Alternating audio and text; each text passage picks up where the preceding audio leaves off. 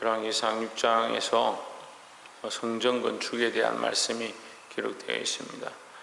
솔로몬이 성전을 건축할 때가 지금부터 한 3000년 전입니다.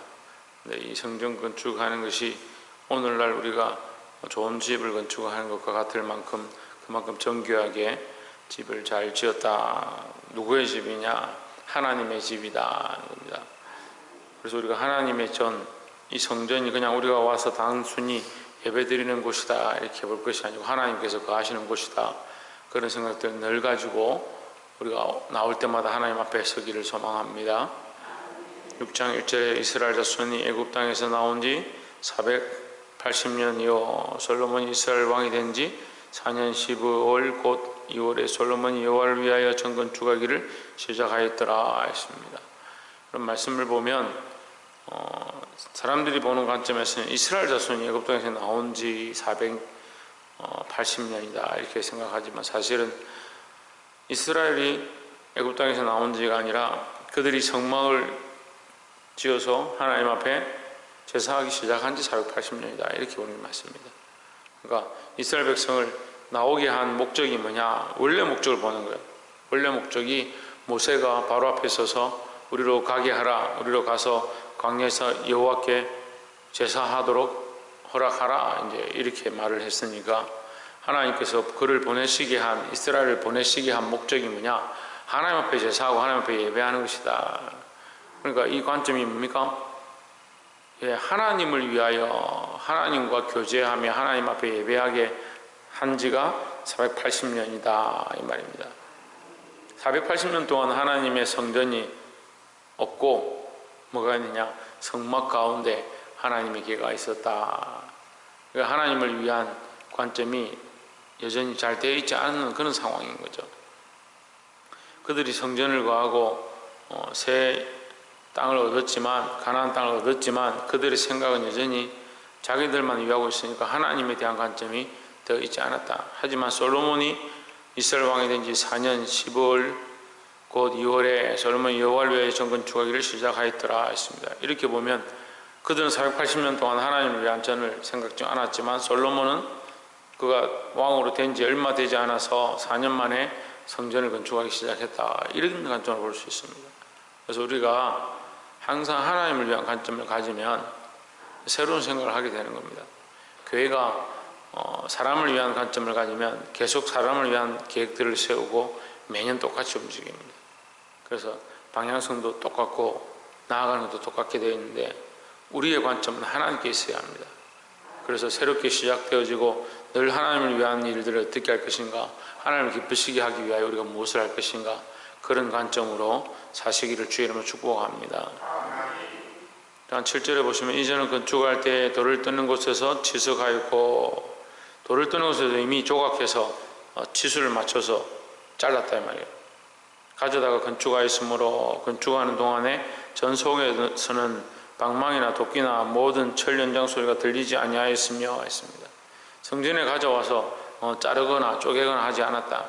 그만큼 공교하고 정교하게 다듬어서 가져왔고, 가져와서는 그냥 조립만 하는 거죠. 이해가 되세요? 가져와가지고 거기 안에 와서 안 맞으니까 쪼개내고 잘라내고 이렇게 하지 않습니다.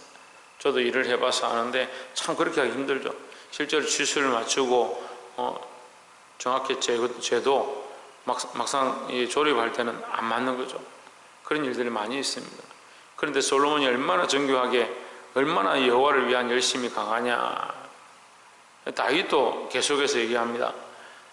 찬양하는 것조차도 하나님 앞에 그냥 하지 말고, 그냥 내가 부르고 싶은 대로, 내가 하고 싶은 대로 하지 말고 공교히 찬양하라 했습니다. 정교하게, 정밀하게 너희가 그만큼 준비하고 온 마음을 다하여 하나님 앞에 공교히 서로 이 노래나 악기나 이것들이 잘 합쳐지도록 만들어서 그것을 하나님 앞에 와서 드릴 수 있도록 하라. 찬양하는 것도 그렇게 하는데, 그러면 제사하는 것도 그렇고 그 성전을 건축하는 것도 그렇고, 이 성전을 어떻게 건축하냐? 미리 설계를 한 대로 정확하게 잘라서 성전에 가져와서 탁 끼우면 될 정도로 그만큼 하나님 앞에 정교하게 준비해서 한다는 거죠. 우리의 그럼 예배는 어떠하냐? 우리가 점검해 보는 겁니다.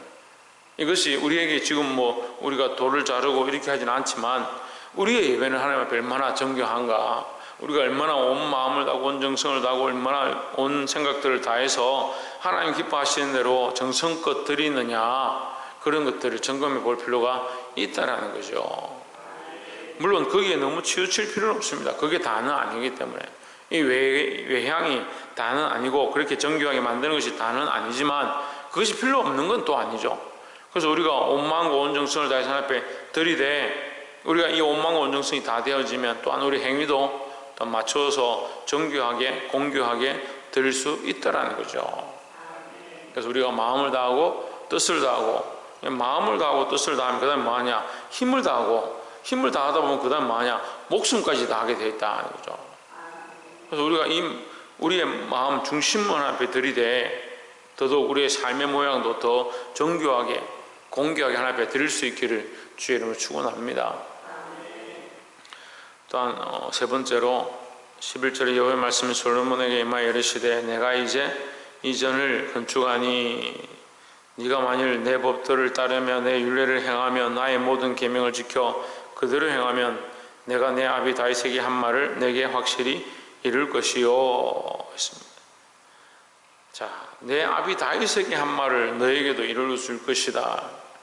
다시 말하면 너희 아비 때의 하나님, 그 하나님이 여전히 너와도 함께 하신다. 하나님은 그 약속을 변하지 아니하시고 그 마음 변하지 아니하고 있다. 나는 여전히 변하지 않고 있다. 누가 변하냐? 사람이 바뀌고 사람이 변하고 인간이 문제다라는 거죠. 480년 동안 이스라엘을 인도하신 하나님, 여전히 나는 너희의 하나님이 되고 너희는 나의 백성이 될 것이다. 하나님 여전히 이스라엘의 하나님으로 이스라엘 가운데 거하시고 인도하고 계시다라는 거죠. 누가 변했냐? 이스라엘이 변한 겁니다. 예루살렘 사모한다 하면서 여기가 좋사오니 막상 나가자 하니까 애굽이 좋다. 끌어내고 나니까 거기서 고기가 막 곁에 있던 때가 좋다. 가나안 땅 들어가자 하니까 저들 앞에 우리는 메뚜기다. 아니 도대체 이해가 안 돼요. 인간의 상식들이 왜 이럴까? 근데 사실 우리 삶이 그런 거예요. 하나님은 여전히 우리를 인도하시고 여전히 하나님 나라까지 이끌어가기 원하시는데 인간이 자꾸 이랬다 저랬다 이랬다 저랬다 그러면서 자기가 이랬다 저랬다 해놓고 하나님 왜 나에게 이렇게 하십니까? 대단한 사람들이죠. 참 우리를 보면요, 제가 저를 봐도 참 인간이 어떻게 이럴까? 날마다 범죄하고 날마다 하나님 앞에서 뒤로 물러가면서도 하나님 왜 이러십니까? 이런 소리 하는 거죠. 13절에 내가 또한 이스라엘 자손 가운데 거하며 내 백성 이스라엘을 버리지 아니하리라 하셨더라 했습니다. 하나님은 버리지 않습니다.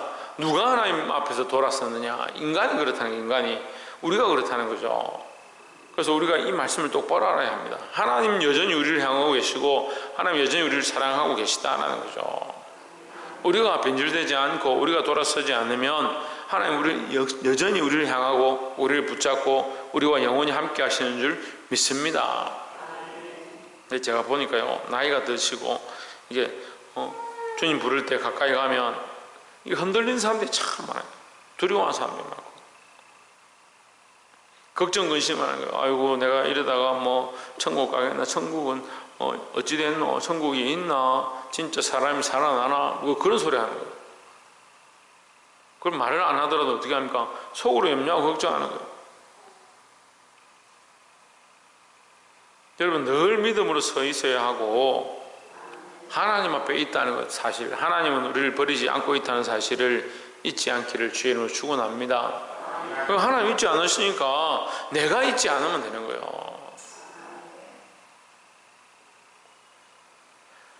마지막 한 가지 더 말씀 보겠습니다. 네 번째 27절에 솔로몬이 내 서 가운데 그룹을 두었으니 그 그룹들의 날개가 펴졌는데 이 그룹의 날개는 이 벽에 닿았고 저 그룹의 날개는 저 벽에 닿았으며 두 날개는 전 중앙에서 서로 닿았더라 했습니다. 자,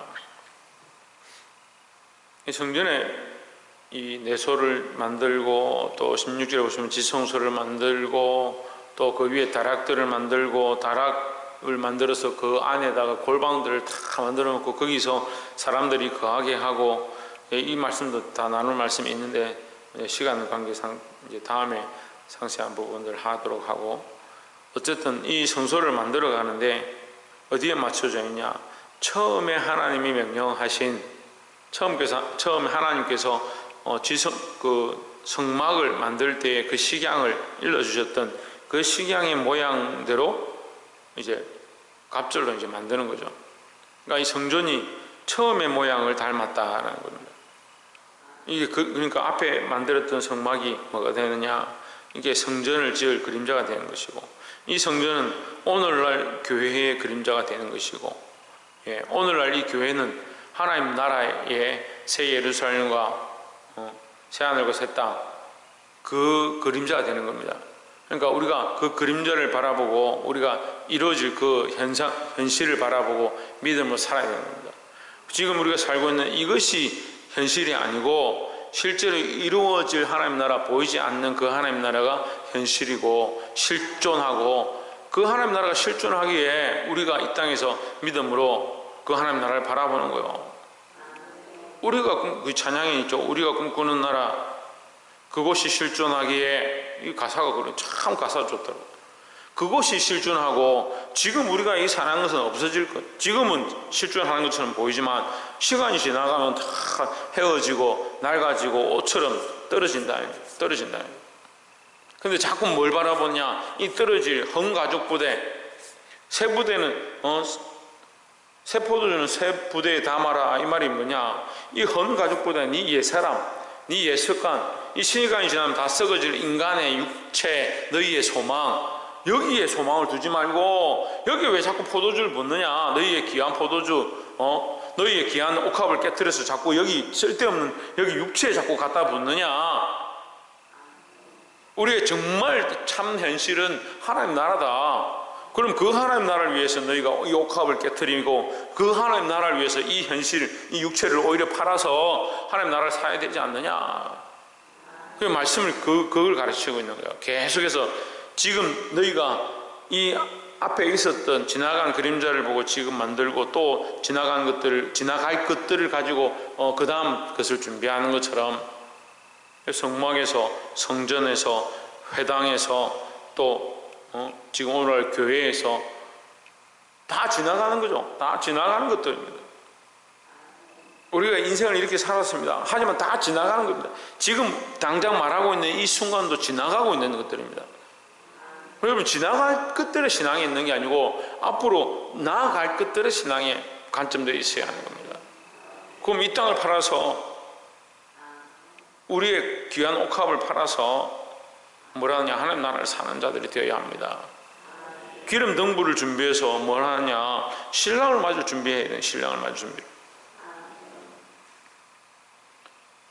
사랑하는 성도 여러분, 우리가 이 땅을 바라보고 세상을 바라보고 있으면 그것이 뒤로 물러가는 것입니다.